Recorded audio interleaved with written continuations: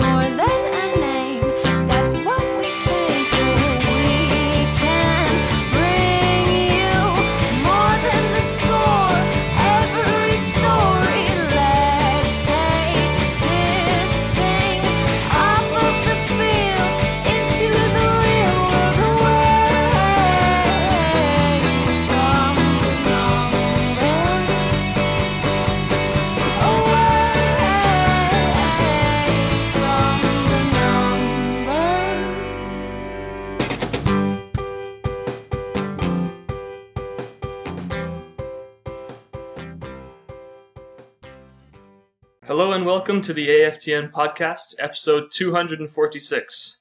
I am not Michael McCall. I am Joe Deasy, AFTN writer and podcaster. Michael is busy trying to find a team to take Aaron Mond and Daniil Henry on a trade package, so we'll be taking care of your ears today. I am joined by play-by-play commentator for TSS Rovers and UBC Soccer, AFTN podcaster, and winner of the Nicest Smile in Surrey Award, Gideon Hill. Thank you, Joe. Thank you. And to my right, AFTN writer, lover of wingbacks, and man whose first name has too many vowels and last name has too many consonants, Nicolaas Rupprecht. Hello, thanks. And Nicolaas is making his AFTN podcast debut today, so please feel free to blast him on Twitter. We'll give you his Twitter handle later on. So, boys, the Whitecaps season opener is on March 4th, just a few days away. How are you guys feeling? It's a season opener. It's the first game. Try not to read too much into it. Yeah. A lot of excitement. Optimism this year, but a lot of excitement as well, especially with the squad turnover. So we'll see what happens. It's going to be a good game on Sunday. Yeah. Is it more nervous or more excitement after the preseason? I think it's excitement seeing Kamara play, and it's a more different team last year. Not in a bad way. It's a good way. So I think for me, in that sense, it's a more exciting team to watch. But again, there's some pros and cons to either side of it. Yeah, I'm a bit more nervous. I like some of the additions that were made. Some of the additions I don't necessarily agree with. Like if we're talking about Kamara, I think, yeah, he's a good player. But I guess it depends on how much he has left to give this year. And hopefully he can step up and be that guy in the box, Definitely something the Caps have been looking for a long time. The Caps had a pretty reasonable preseason. They tend to do pretty well in preseason anyway, not that it means anything. I did write an article trying to draw statistical correlations between how the Caps did in preseason and the actual season, but there's literally nothing to draw on. But they started the preseason in Hawaii, which looked like so much fun as the rest of us were here in rainy Vancouver. They had 3 games. They won 2 of them. They lost 1 of them. A 4-0 win, Parker getting a brace, and then they beat Iwaki FC with a late penalty, and then lost in the final to the same team that they beat 4-0. Any thoughts on those games? I mean, I wasn't super thrilled with the games. I didn't think that the Whitecaps were playing to the best level, and maybe that has something to do with the turnover.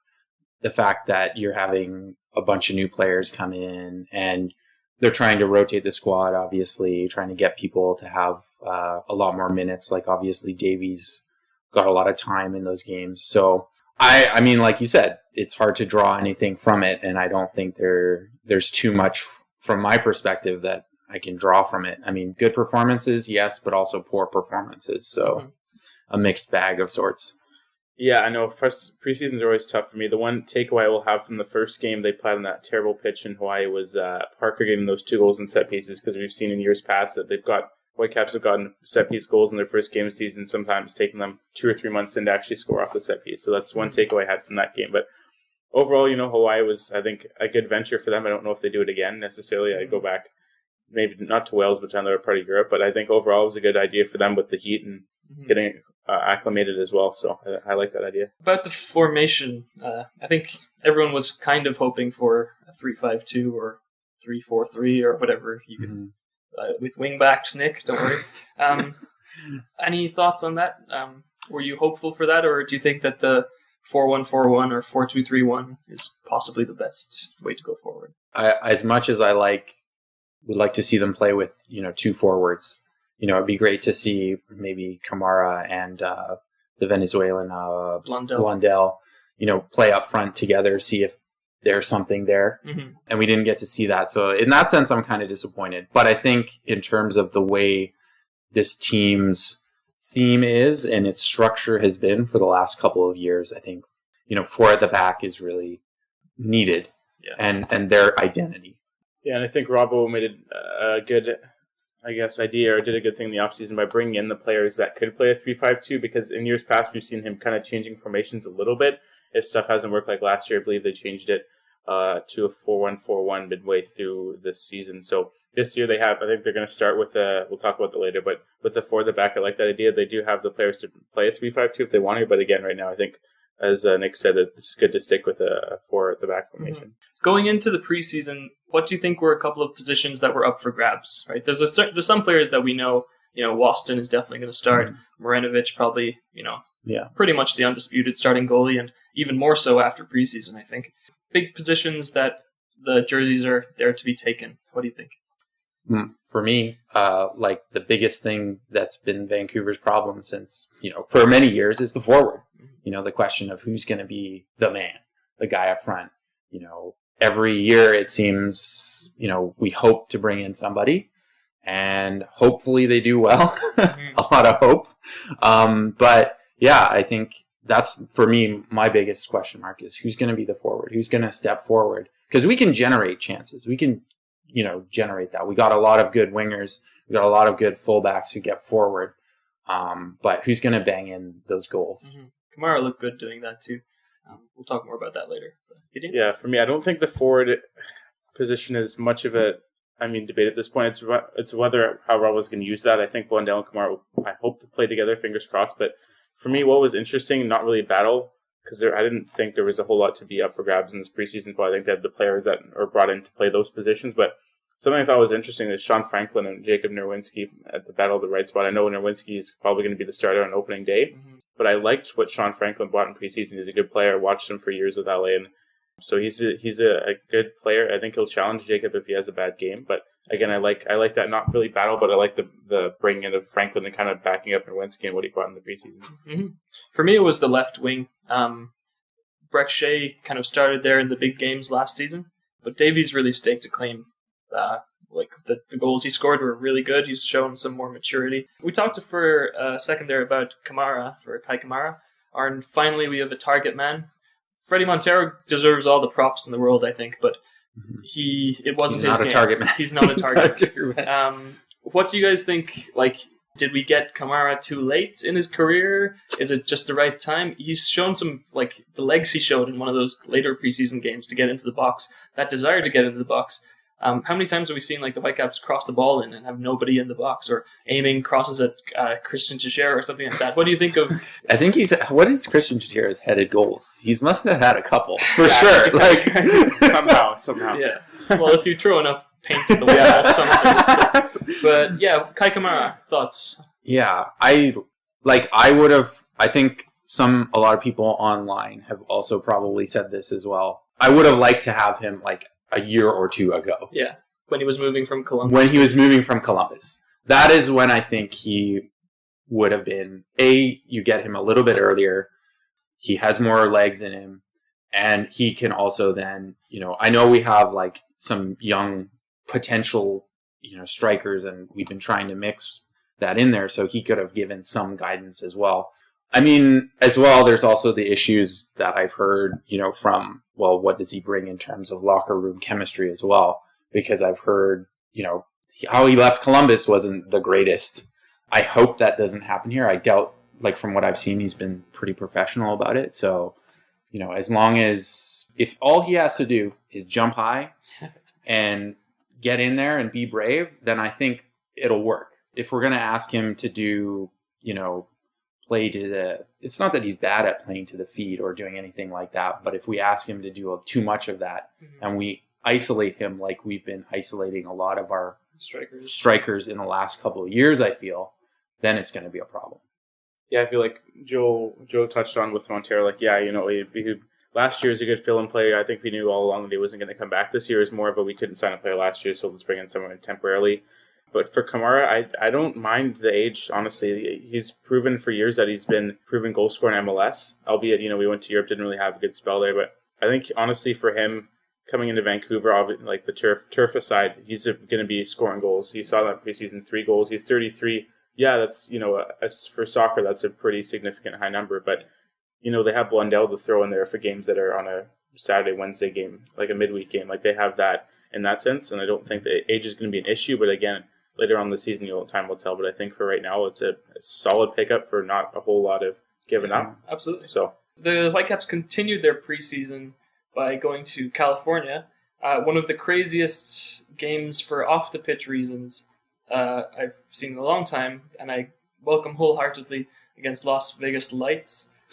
Featured red card, coaches scramble, and a coach smoking in the stands, which needs to happen and Freddie on a weekly Adu as well. Freddie Adu was trialing with. He was on the bench that game. Actually. I didn't even notice. Yeah, Freddie Adu sighting. Yes. Warning. It was such a good game that Freddie Adu was in the background for once. Oh my god. Well, entertainment, right? It was a good game, like a weird one, right? The red card kind of upped the passion levels a lot. Yeah. The 2 goals scored by the substitute that came on because of the red card. The only thing we could really discuss, do you think it was bad that they gave up a 2-goal lead, or was it good that they gave up a 2-goal lead and then had the composure to finish the game? Well, I would always say it's never good to give up a 2-goal lead. I mean, you got yourself into a good position, and then you kind of put yourself in a hole, and you have to dig yourself out. Now, the question is, right, I mean, it's preseason, and this isn't really a high-level team. If you do this against perhaps, Seattle, or you do this against Toronto, they'll slaughter you. They will show no mercy, right? Yeah. I think that's just a worry from that game. But again, it's preseason, rotating through, things happen.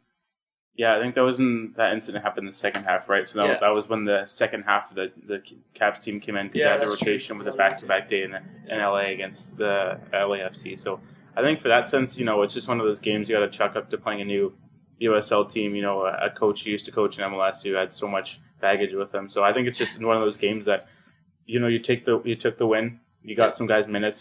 Davies' goal, and I think we're going to talk about that. Davies' goal was incredible. Fantastic. It was good to see Kamara defending when Davies did get the elbow, because Davies is going to get a lot of that in his career. But, we had that, I think it was with Pamuduka and Kakuta Mane. Yeah. They had that kind of... Portland? They had that kind of relationship. Older brother. Yeah, exactly. That kind of guidance, it can go a long way for a young... Yeah. Davies is 8 years older than me, which is so depressing, but having someone at that age to kind of watch over you a little bit, because, it's a battle out there, right, I guess. Okay, the next game was against LAFC, a 4-4, which was great and not so great, I guess. 2 goals for Blundell. First time we kind of saw him shine in preseason. And 2 goals for Jordi Reyna, who's probably one of those undisputed attacking midfielders, just a quality player. Open game, really bad Facebook stream. Ali Gazal got injured, and David Norman Jr. played 90 minutes. Any thoughts on that game? Well, I think it was good to see Blundell, get some goals in there, because I think it's good to put some pressure on Kamara, and say, hey, you're experienced, but, he's waiting for his chance, right? Yeah. How many players have we had come to the Whitecaps, and they're looking at the Whitecaps as a stepping stone, perhaps, to something else? So I think it's good. Get a little bit of a battle in there. And it's great to see Reyna, especially because of all the difficulties he's kind of had over the past year. Not pleasant. Yeah, very glad that's cleared up and he's back with the team. Yeah, for me, Blondell, not only the 2 goals in that game was a shining spot for me, the 2 assists as well, showing that we talked about Kamara and ball at his feet. If Kamara can do that, Blondell can easily slide in there and get a couple assists as well. And I think he's going to bode well with Reyna this year. look for those two, and hopefully like a 4-4-2 formation sometime if we see that this year. But I wouldn't mind seeing those two play together for sure. And very well taken goals too by Blundell. The next, the last two games for the Whitecaps preseason where they were both against the LA Galaxy. Blundell and Kamara scored in the first game. I think the score was 2-2 at the end. 2-1. 2-1, and then the second game was 2-2? 2-0. 2-0, okay. Even better than I thought. Well, Blundell and Kamara the first game, and then Kamara and Alphonso Davies scored in the second game. I thought Mosqueda looked pretty good in those matches. Do you think this is finally the year we see starting winger Mosqueda? I don't think so. As much as I like the guy, as much as I like what he brings to the team, I don't think that he's ever going to be like, you're the man, you're the starting guy. Yeah. He can do everything. I remember one year, he's like our utility Swiss knife player. Yeah. When something's going down, when something bad has happened, you can put him in there, and he can. I mean, he played a number 8 role one time. Yeah. Right, like when there was like a red card a couple of years ago or whatever. He could probably do a left back. He could do left back probably. If Marinovic gets red, why not throw him in there? Yeah, exactly. So. Yeah. All right. Well, the Whitecaps scoring charts for preseason, Kamara ended the preseason with 4 goals. Blundell got 3, and then Davies and Reyna got 2. The goal of the preseason is undoubtedly Alphonso Davies' goal against Las Vegas Lights. The worst name, I must say, for a team, Las Vegas Lights. Like, there has to be some kind of a rhyme. Their jersey doesn't really even, like, it modern goes art. along with the name, but it's not a soccer jersey, I will say. It is completely bonkers. I think Michael McCall retweeted a picture of, they had 2 llamas in their starting lineup. Picture. We're going to have to keep tap of this team throughout the season. Yes. But anyway, Davies has looked great. He played left back for a little bit. He was left wing. He looked fantastic. It's going to be a big season for him. I don't want to use the term shop window, but he's going to want to impress. So before we have a look at Montreal, we have a little game.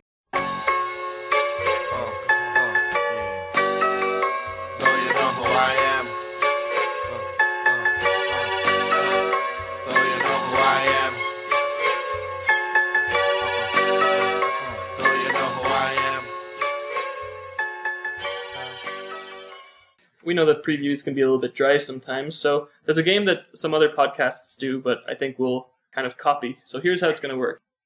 I will give you clues to a MLS player, and based on these clues, the first person to get the answer will win. Very simple. Now, please understand, listener, that this is incredibly stressful for Gideon and Nick. Like, there could be dozens of people listening to this podcast. So I will give them clues one by one, and if they want to answer, they have to say stop, because in case you answer at the same time, the first person to say stop will get to answer first. I'm shaking, Joe. There's 7 nervous. clues. The last one is the best clue, but hopefully you get it you could probably get it by the 3rd clue. All right. Okay. Clue number 1. I was born on April 30th, 1987 in Winter Park, Florida. You can take a wild guess at this point. But the year is valuable there. Will Trapp. There was my first guess. Don't forget to say stop. I hate Stop, to be a right. stick. It's Right. not Will Trapp, though. man. If it was, that would be really impressive. Okay, clue number 2. I have 13 caps for the U.S. men's national team. Well, you gotta say stop. You gotta say stop. Yeah. Stop. I'm trying to think. He's from New Jersey, so I can't say. I was like, I had an. This game will mess with your head. Clue number 3. I have played for FC Dallas, DC United, New York Red Bulls, and Chicago. Oh, stop.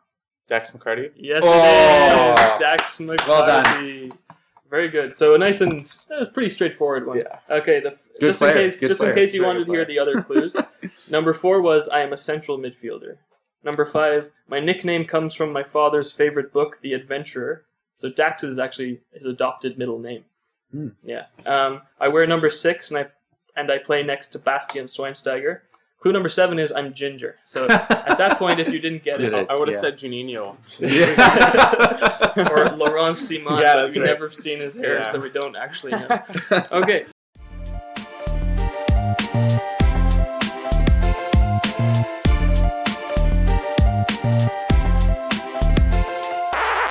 We interrupt this programme to bring you a special announcement.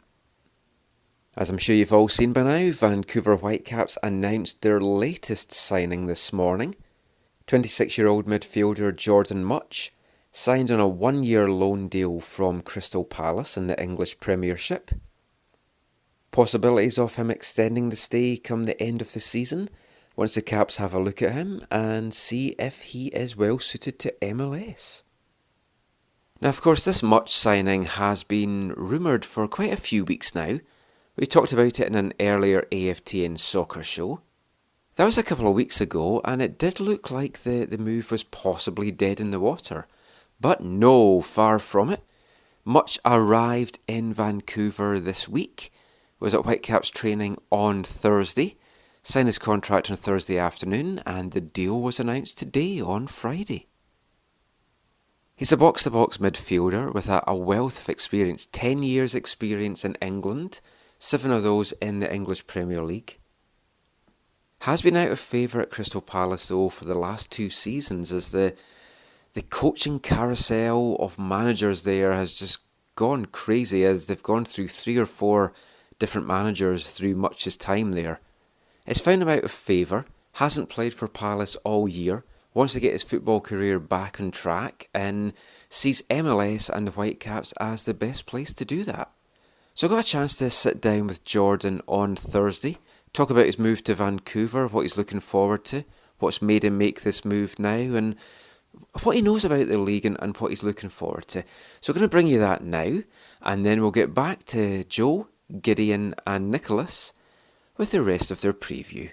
But for now, here's the latest Whitecap, Jordon Mutch.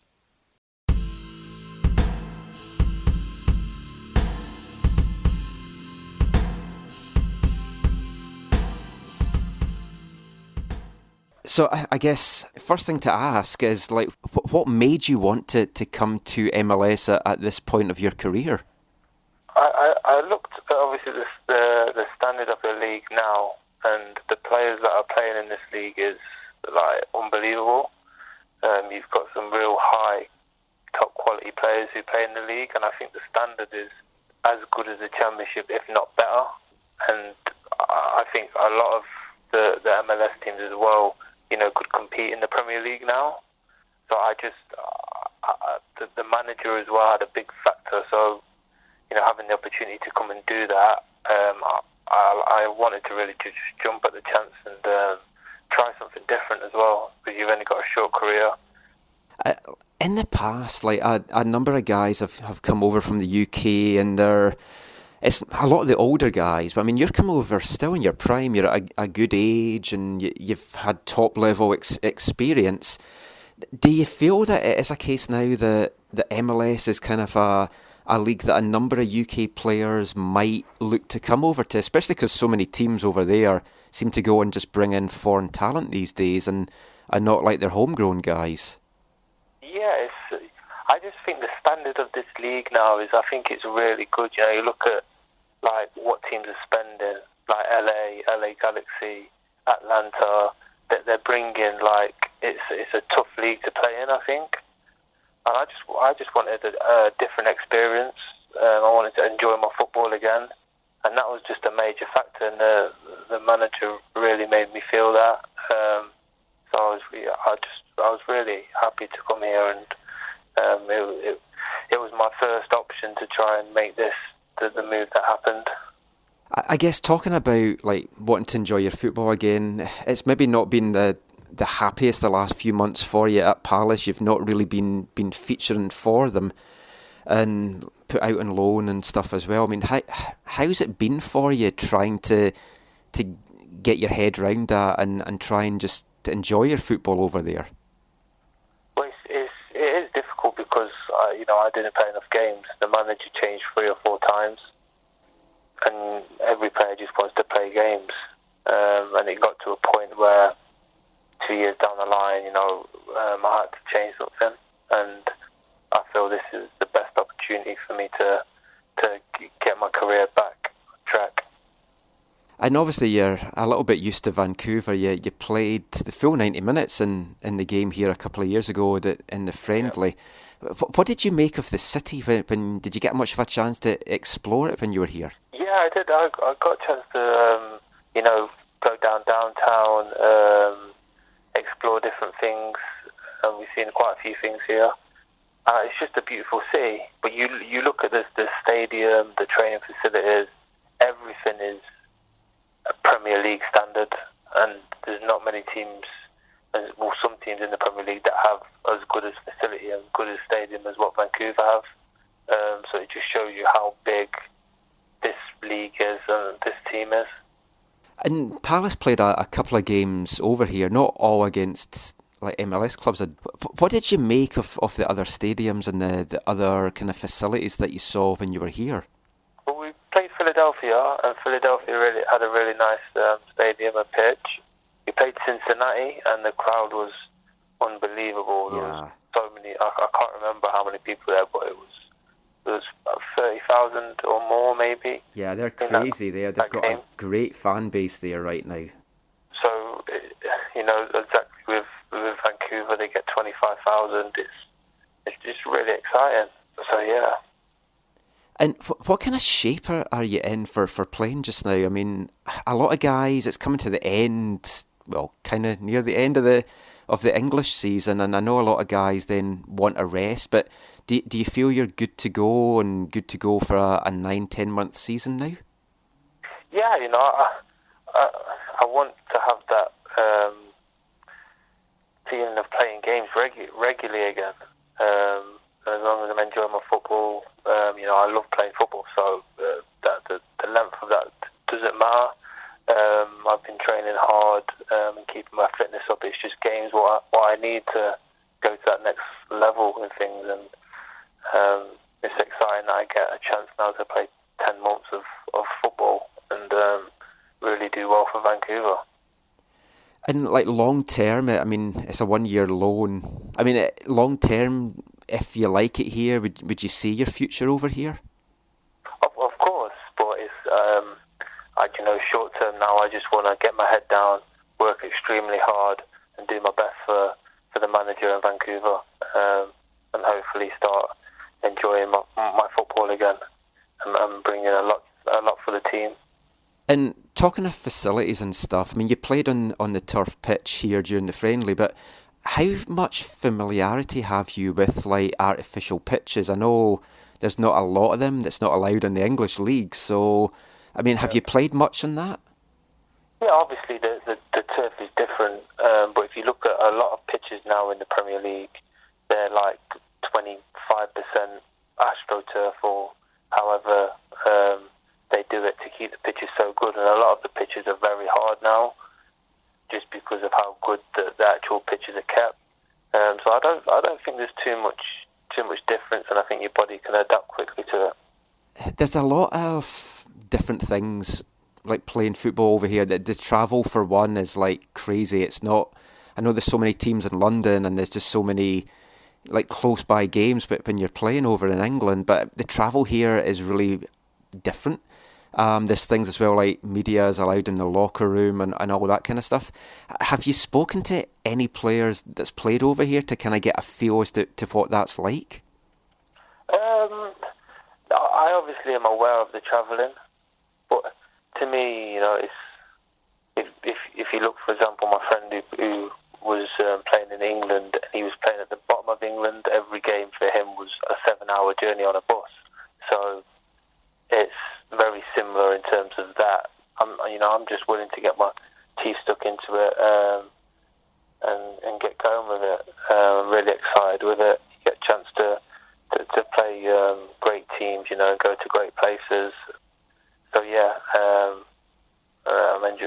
want to enjoy my football here, and I think it will be an exciting season, especially for Vancouver as well.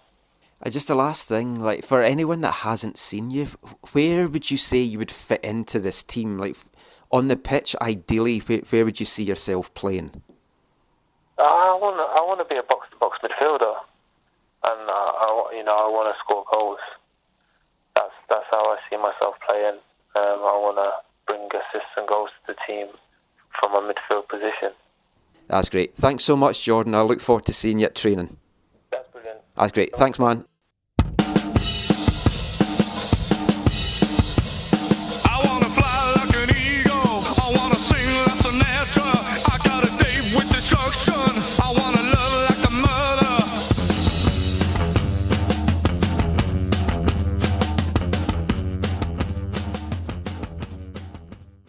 So let's have a look at the Montreal Impact. New manager. So they finished 9th last year in the East. Not a great season. Rémi Gard, formerly of Aston Villa and Lyon. Big signing for a coach for the MLS. I know he didn't do well in England, but what do you think, Rémi Gard? He had that kind of reputation of playing entertaining football in Aston Villa.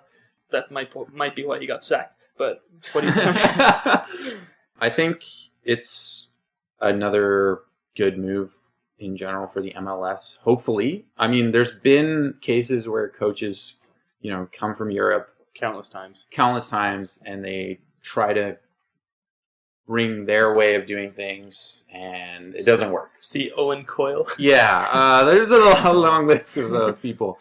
But I think, especially with the Atlanta bringing in Tata, and there's a slew of other coaches, that it seems that this is, he brought the league up to another level, and maybe a new, better coaches are taking a look. No disrespect to the coaches in the MLS already, but I think it's a positive thing. And considering the season they had last year, why not take a chance? Yeah, for sure. Yeah, I know Montreal, they have a history of hiring European coaches. I remember Marco Schalabon back in 2012 or whatever. I think he got fired and just stuff happened there. So, I mean, hopefully it works out. I've always liked Rémi Gard as a manager, watched him in England and France as well. But the one thing I did like that he did already is that he let Blair Zamali leave, even though, if you're a coach and you'd say, oh, you're my best player, stay here, instead of being unhappy and go back to see his family. So I think that was a smart move by him early on. And I think it's going to work out. Again, with the team they have, we'll get to that. But we'll see. It'll be interesting for them. Yeah. A few additions. They got Raheem Edwards. I think Raheem Edwards was picked up during the expansion draft and then traded to Toronto. Yeah. A good acquisition, even though he amazing got acquisition. Yeah, I definitely. think a steal. But yeah. Samuel Piette, Canadian international, seemed very happy to join Montreal.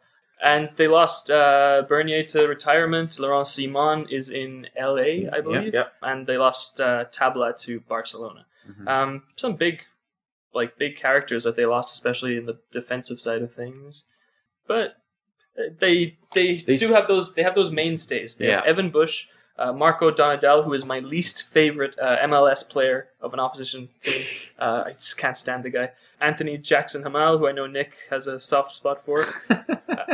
Dominic Oduro and Ignacio Piazzi are still around. I mean, it's still a dangerous team, and they can obviously, Piatti can murder you one-on-one. Just give him the ball and let him do his business. So, and I mean, it's a good supporting cast of characters. You're right. Maybe they are a little bit weak defensively now, but it remains to be seen, right? We haven't even played a game. Yeah. So. And as if we need reminding of what Montreal can do, and specifically what Ignacio Piazzi can do on opening days. In 2016, it was the exact same game. It was Vancouver versus Montreal, first kick, BC Place. Fraser Arid did not turn out to be the knight in shining armor that we all wanted. He just got roasted by Piazzi and Oduro over and over again. That was the game that Usted came basically to the halfway line and missed a clearance, and Oduro scored an open goal. And those two players who scored are still playing for Montreal. They might be a few years older, but they're going to be dangerous. And I think that's all we can really say about Montreal for now. Their preseason, they had a comeback win over New York City just a few days ago, or comeback draw. I mean, they tied 2-2. But it's preseason. What can we really say? Rémi Gard probably. He hasn't even had his first competitive game yet, right? Yeah. This will be his first competitive game, so that'll be interesting. It'll be interesting to see how it goes. Yeah, what formation? Well, time will tell. But what we can have a very opinionated discussion about is opening day. What formation are the Caps going to play? I'm going to go 4-1-4-1 personally. Ooh, bold, very bold. Yeah, I'm not as bold as Joe. I think they'll go back to the old Robo mainstay. Really? 4-2-3-1, yeah. I would not be surprised. Okay. And for starters, we've kind of talked about the positions that are up for grabs. In goal, Marinovic, all agreed? Yeah. Yep. We found out during preseason that Brian Rowe is not a sweeper keeper. No. A good backup, I guess, but Marinovic definitely to start. Left back, De Jong? Yes. Yeah. Yeah. I would also agree with that. I hope Levis can challenge later in the season for that. It would be nice. I mean, seeing he's been developing for sure. I think he's been making his game, at least going forward, seems to be a little bit more smarter. Yeah, even though Levi's is injured right now, I mean, that's not good news for him, but still. Long term. Waston as one of the center backs, is like there shouldn't even be a discussion about that. Yeah. The whole Tim Parker thing, by the time you listen to this, he might already be wearing a different jersey, or it could all be resolved and he'll be back on the front of the Unity posters and things like that. But it looks like the new acquisition, Aha, am I saying that right? That's correct. He's going to. He had 25 appearances for Orlando. They weren't a good team last season, but seems like an MLS quality player. Yeah. Any other opinion about the second center back? Maybe Mond? Yeah, I would say right now it'd probably be if Aha wasn't ready to go again, just trade a new team. But I think Mond would probably be the backup to Aha. Henry, not even. I don't think he's even close to playing. And is he? Starting minutes, he got injured in the same game that I don't. did. Yeah, so I'm not sure. Okay, I'd be okay with that center back partnership. Aha's Uruguayan, so he speaks Spanish, and Waston. They're both tall, though. That's my own. That's true, actually. No, not really the fastest. So. Yeah, but Nowinski at right back, hopefully. No, yeah, that's he could true. cover that's not. if he played on that side. I know Waston prefers to be on the right side of the center back because he's right-footed. Mm-hmm. And Nick, you had some thoughts about losing a left-footed center back. Yeah, it's always nice to have left-footed center backs, you know, especially opening up different passing angles. Yeah. And I mean, sure, okay, the Whitecaps don't like to pass. They more like to boot it up the field, as we've seen from like the last couple of years. So, I mean, it wasn't really perhaps what we, necessarily a good fit, but I think it's good. I think it's good to have a left-footed person on that side. And we don't know what foot is probably right-footed, I would imagine. Statistically, anyway. Yeah, I think he's a left-footer. I could be wrong. Okay. We'll see. And if we do lose Parker, it depends on what we get in return. But let's not even go there right now. We're just looking forward to the game. Positive vibes all around. Yes. Okay, center midfield. Ali Ghazal still injured. It did look like a pretty bad injury. In the midfield, Efrain Juarez probably has the deeper role. Yeah, I'm thinking for me a 4-4-2, so I think probably be Juarez playing deeper. Mm-hmm. Okay. And beside him, who do you think? I went for Tybert. I was just thinking as the box-to-box presence. I know it's weird, but No, I'm not. You're subject to an opinion. I am subject to an opinion. I was going to say with a 4-4-2, probably a diamond kind of thing, so I'd probably be Juarez until Ghazal comes back, it'll probably be... what I'm thinking was Juarez in behind Reyna as an attacking midfielder, and then we'll get to the wide midfielder. Yeah. That's what I think as well. With Ghazal out, I think they're not going to put Tybert in there. I think they'll put Reyna in ahead of Juarez is more a little bit defensively responsible than Reyna is. So, Nicolaas, midfield. Well, we could always have Mosquito in there because he can play anywhere, as we we established earlier. But there could be there was a point last season where I thought, maybe there's a clause in Mosquito's contract that he can't start more than 5 games without getting a bonus or something. Yeah. I resorted to that. But anyway, okay, there's some wiggle room there. Yeah. If we wanted to try something with less central midfielders, it might be a good game to try it. Mm-hmm. Okay, left wing. After the preseason, I'm going for Alphonso Davies and that left wing spot. Yeah, I don't see Breck Shea, honestly, playing left wing for the start of the year. Had that last year when he came and didn't really perform well. So, I think Alphonso Davies is a big year for him, as you mentioned, Joe. Mm-hmm. Yeah, I would agree as well. Okay. Davies can be a terror on that side, and it'll be a pleasure to see what he can do. Yeah. The one thing I do have to say is that Harvey and De Jong are 2 different players in that sense, is that Davies is going to have to track back a lot. But that being said, when he does track back, sometimes he gets caught too far back, and that brings the player out of the attack. So that's the only thing I'm a little concerned about for that in that sense. But okay. That was the left wing. On the right wing, I think it's probably Christian Teixeira. Yeah. Teixeira, all the way. Good set piece delivery. Crafty. Yeah. Yeah, and tracks back, which is more that you can say for some wingers we've had before. I'm looking at Christian Bolaños specifically when I say that. Okay, attacking midfield, Jordi Reyna. Can't really dispute that. Yeah. And up front, Blundell or Kamara? I'm going Kamara for the first game. I think it will be Kamara for the first game because he, even though, I've been throwing a lot of dispersions in his direction, but I think he's going to get the start. And I think, hopefully with the wingers that are around him and the creativity that they can bring, they can get in some crosses for him. Yeah, if there was a 4-4-2, I'd say Blondell and Kamara, but if it's a 4-2-3, I think Kamara's going to get the start, just because Blondell, new league kind of thing, I think it's going to be tough for him, as Robbo said, to throw him in right away. So we'll see. Only time will tell with Blondell. That leads us into a question we got from Chris Corrigan. He asked, have we actually seen the starting lineup at any point in this preseason? And if you went with the version of the lineup I mentioned, yes, we did in that last LA game. But, preseason, there's a lot of rotation there. Mm-hmm. So if you had to pick out one player on the opposition to be fearful of, there's some easy answers there, but one player to watch, not necessarily offensively, defensively could be too. Mm-hmm. Who would you pick, Nicholas? I would actually go with Raheem Edwards. Okay. I think that, he showed what he's capable of with that TFC side. Now, granted, the Montreal Impact side is not the same as the TFC side, but he was a really key player there. He got 1 goal, I think, and 6 assists from his position, which is not starting either, which is a really big, and if you let him play and you let him play his game, and this is what I'm talking about, attacking wingbacks, get bombing forward, and you let them do what they can do, they can generate a lot of offensive prowess for you and give you a different option and a different look forward. So I'm not too sure that he will play exactly like he did at TFC. Probably not. Mm-hmm. Montreal seems to be more 4 at the back. Yeah, for me, I know there's Piatti. I think the Whitecaps have learned to play against Piatti. Obviously they'll put 2-3 guys on him, they'll still beat him. But when look at the new signing, Safir Tater, the Algerian international. I've heard a lot about him. I haven't seen him play yet, but he's got a good left foot. I'm really interested to see him play. So I think they're going to have to nullify him and then kind of shut him down a little bit. I would go for... I think Piatti goes without saying. Yeah, he's so minus Piatti. Minus Piatti. Forget him.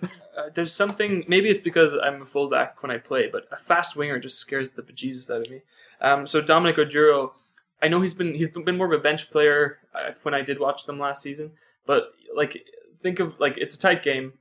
Late in the game, you sub on someone with that kind of speed. It's a game changer, right? We've seen some of the best teams in the world use that as a strategy consistently. I would really watch. There should be a game plan for if he does come on, especially. I'm thinking more De Jong's side of the defensive picture. Nerwinski has the athleticism to get back, but actually kind of what Gideon was saying, that left side will be open to some counter-attacking. We Piatti, before he exploited the Whitecaps' right side when Fraser Aird was there, he could do that on the other side too, right? Mm-hmm. Especially it was Oduro and Piatti linking up last time to do it. So I would really be careful of that. Apart from that, Evan Bush is a good goalkeeper, but Whitecaps have beat him before. Okay, this is a game the Whitecaps should be winning. We're all looking forward to the game. We're gonna bring in a second kind of game that we're gonna do, and it's gonna be a week by week running kind of a thing. I'm gonna ask everybody who's on the show to predict 3 stats. So this could be anything. Could be offsides, could be corners, could be percent possession, yellow cards, who's gonna score, or even the scoreline if you want to. Or we might do the scoreline as a separate thing. But we're going to keep track, and every one you get right, you get a point. And at the end of the season, let's see who is the best predictor of the AFTN crew. I'll start, I guess. I think Waston will get a yellow card. That's my first prediction. That's your bingo card right there. Exactly. I think Kai Kamara will score a goal, and I think Montreal will have 5 corners. I should mention that if you do go for a percentage, there'll be a plus or minus 2.5 kind of a handicap, just because percentages are way harder to get. Yeah, so again, mine are Waston yellow card, Kamara goal, and 5 Montreal corners. Nick? Well, ever the difficult person, I went with a percentage. So I'm actually going to go with 44% possession for the Whitecaps. Okay. I'm going to go with 44% for the possession. They've been a counter-attacking team. That's generous, if anything. Yeah, I know. Well, yeah. So we'll see. I think I'm going to go with Teixeira putting in 3 crosses. Okay. That's very simple. Right? That's a low number. Low number, yeah. And I'm going to go with Nowinski gets 1 key pass. Okay. Very open to interpretation. I'm going to go with 3 yellow cards for Vancouver. We've seen in years past with a lot of bad blood with teams in their home openers. 5 shots to the Whitecaps in the first half because they always seem to put shots on net in the first half of home openers. They have not scored. They didn't score last year in the home opener at all. Yeah, so I think 0-0 last year. Yeah. So, and then my other one was Kamara will score in his debut. I'm going to change that because you had it. I'm going to go with Russell Tybert makes a substitute appearance as he always does. Okay. He can't start. He's going to come in. Will he or will he not put in a terrier-like performance in the midfield though? The bulldog, the Canadian bulldog. Yeah, he's no longer the Canadian soccer CSG. Jesus. Yeah. Probably Canadian the Canadian bulldog. soccer John the Baptist. Or he's been demoted. Saint Peter. I don't know how far. Judas. Oh, no, Judas. sorry. Oh, still a J. I'm sorry, Russell, if you're listening. Okay, is that all? Did you have 3 there? Yeah, I got 3. Yeah. Okay, good. Mm-hmm. Well, that brings us to the end of the first ever inaugural AFTN Preview podcast. I'd like to thank everyone for listening. Gentlemen, please let the fine people of Whitecaps land know where they can find you on Twitter. Space Age Robot 56. Very great name. I myself on Twitter is at Gideon Hill 18. And you can find me at Joe DC Van. No longer at Cheesy Deasy. No. Not professional enough, apparently. But I did compensate that with my profile picture on Twitter. Please check it out. It's perfect. It was like 8 years ago, so please forgive me. Thank you for listening. Get in touch if you have any feedback, if there's anything you would like us to include in future episodes. We're going to try and do this as regularly as possible. And enjoy the game, and let's go Whitecaps. Woo! When you're listening in some far-flung corner of the globe to the World Service of a Saturday afternoon, crackly reception, interference, cosy, marvellous. Somehow comforting, isn't it? You know, legendary names, fathers and sons on the terraces, cheesy peas at half-time, pint for dad, mum's at home making the tea. Oh, everything's all right with the world, isn't it? Saturday afternoon is football.